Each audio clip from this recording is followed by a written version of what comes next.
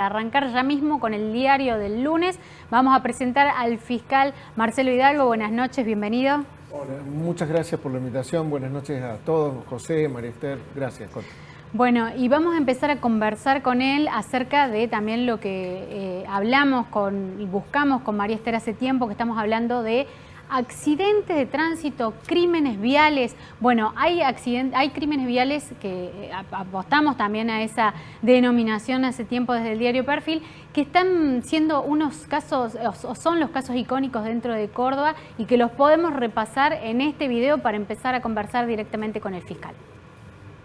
Hace un mes que lo asesinaron, lo abandonaron y encima el culpable está libre. Por eso queremos justicia. Que se haga justicia nada más. Yo, para que mi hijo descanse en paz, porque él tampoco va a descansar en paz hasta que no se haga la justicia. Gonzalo Ferreira murió tras ser atropellado por un Chevrolet Vectra que se dio a la fuga. El hecho ocurrió la madrugada del 5 de septiembre, camino a Capilla de los Remedios, a la altura de Barrio San Javier. Lo atropelló, huyó, lo abandonó, lo dejó tirado y bueno. 3 o 4 meses más, ya se va a cumplir un año y yo no puedo caminar. Y es como que voy perdiendo vida y él está en su casa comiendo lo que quiere comer, haciendo lo que quiere hacer, sigue manejando, como que me parece súper injusto. La venganza es para otra clase de personas. Nosotros creemos en Dios y necesitamos la justicia acá. Los conozco, he hablado con ellos infinidad de veces. Les he pedido por favor que anden despacio, un montón de veces. Le hemos pedido un montón de veces que se cuiden, que no solamente por los niños, también por ellos, por su salud, ¿me entiendes?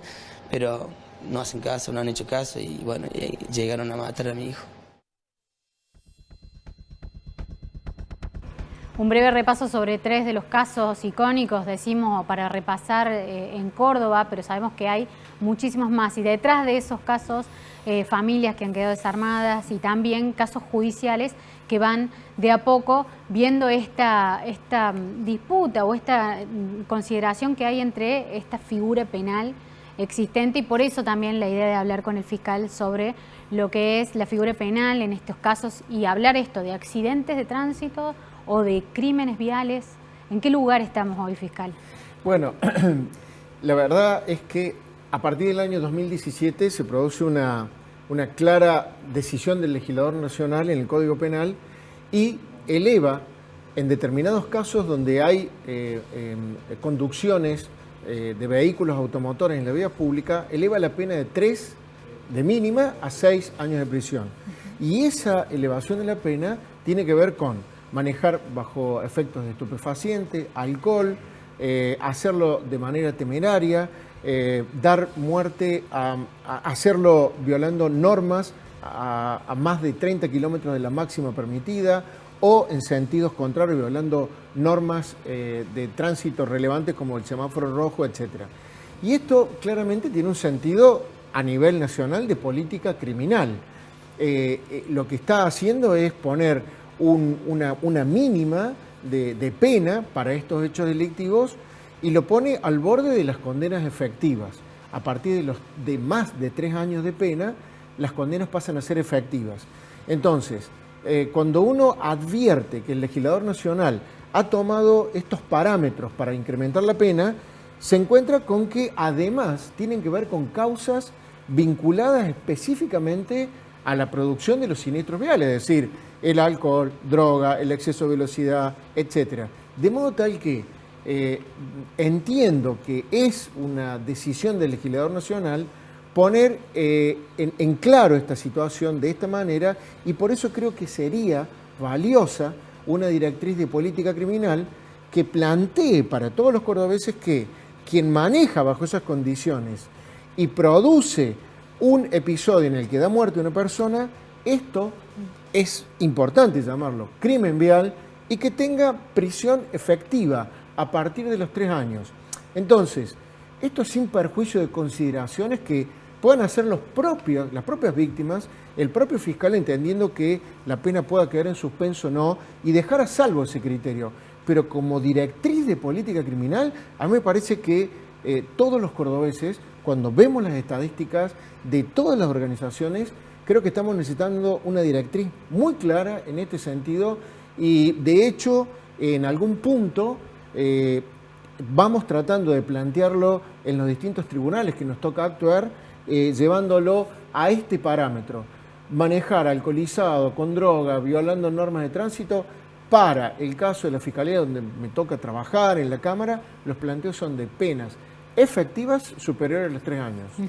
Ahora, doctor Hidalgo, Córdoba no es el ejemplo de aplicar, por ejemplo, prisiones preventivas mientras se sustancia la investigación o condenas de prisión efectiva. Los tribunales, los jueces, ¿son resistentes, son reticentes a aplicar condenas de ejecución efectiva? No hace mucho tuvimos el caso, o tenemos el caso todavía que está en el juicio abierto, el de Mateo Aguirre, donde hay un acuerdo que habrá que ver si se homologa en el tribunal, pero claramente la condena es de prisión condicional. ¿Cómo es la tradición de Córdoba? Bien, te lo voy a tratar de sintetizar, María Esther. Ahí hay 3 cosas que vos has mencionado. Por un lado, el tema de las prisiones preventivas, y esto requiere un análisis particularizado. Por otro lado, crímenes que han ocurrido antes del año 2017, con una ley, como en el caso este que vos estás planteando, claro, y la verdad es que sí, no puedo, el hecho es anterior. No puedo opinar sobre eso porque no conozco los detalles, pero este hecho es anterior, el que vos mencionas, y allí la pena de prisión era de 2 a 5 años. Estas 2 cuestiones requieren este análisis. En primer lugar, la prisión preventiva está planteada como un medio para asegurar los fines del proceso. No deben ser tomadas condenas anticipadas, y de esto hay estándares que ha planteado la Corte Suprema en el caso de Loyo Freire y que hay que... Sí, doctor, pero la prisión preventiva puede implicar para una persona que ha demostrado no respetar las normas, puede ser también, por ejemplo, le pongo otro caso que es posterior a la ley que usted menciona, que es el de Alan Amoedo. Manejó alcoholizado, con cocaína, a fuerte velocidad, alta velocidad, pasando por banquina.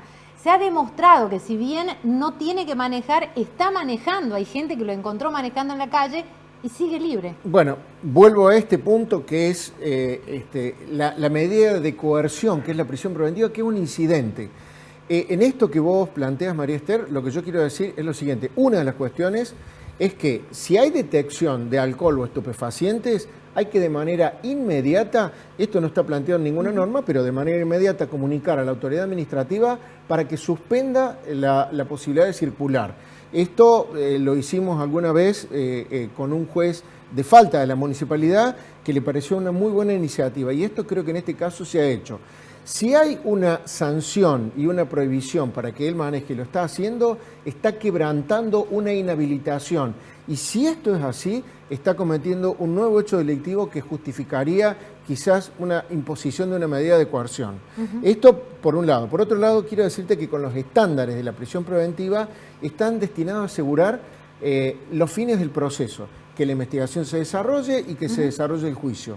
En este sentido, todo el país tiene que seguir las directivas del caso en ahora adelante, vamos a las ¿no? condenas, doctor. ¿Cómo es la jurisprudencia en Córdoba? Bueno, acá vuelvo a repetir, anterior a esta ley teníamos las pautas de mensuración, anterior a la ley del 2017, las pautas de mensuración de la pena del artículo 40 y 41. Si la pena iba entre 2 y 5 años, entonces era posible también, bajo determinadas circunstancias, aplicar condenas efectivas. Por ejemplo, el caso del Zapito Gómez. No estaba ni siquiera regulada la picada, pero lo cierto es que se demostró que existió esa picada, se llegó en la Cámara Cuarta a demostrar la existencia de esto y fue condenado de manera efectiva a 4 años y 6 meses. Y estábamos hablando de otra ley. Es decir, que hay pautas antes de mensuración de la pena, antes de la vigencia de esta ley, que lo permitían. Y actualmente tenemos elevados los mínimos, el máximo y las mismas pautas de mensuración de la pena, de modo tal que bajo esta conceptualización que ha hecho el legislador a partir del 2017, tenemos herramientas para llevar adelante, ya producido estos crímenes viales bajo estas condiciones, una respuesta. Yo quiero entender esto, la discusión si hay dolo eventual o no para llevar el mínimo de la pena a partir de los 8 años en este tipo de episodios, es una discusión que es válida, De todas formas, por ser válida, no deja de ser una cuestión en la que hay debate. Pero por eso vuelvo a marcar que dentro de las pautas de la ley actual tenemos herramientas para enfrentar estos casos con penas efectivas. Que esto, vuelvo a repetir, salvando los criterios personales de los miembros del Ministerio Público y las circunstancias del caso. Te lo resumo muy breve. Tuvimos hace poco una donde la víctima nos pedía que no fuera condenado porque quería que se llevara adelante una suspensión de juicio de prueba para que esa persona le pudiera pagar los daños mientras lo sufría. Y esto ocurrió. Fíjate que en este sentido, el contexto, el contexto y las circunstancias. Y hay otras personas que realmente buscan la respuesta punitiva más alta. Bueno, el Ministerio Público tiene que ponerle a estos crímenes viales y a estos conflictos vinculados con nada más ni nada menos que la pérdida de vidas humanas, hay que ponerle cabeza, la cara, el cuero y la firma. Todo de cara a la víctima y a la sociedad.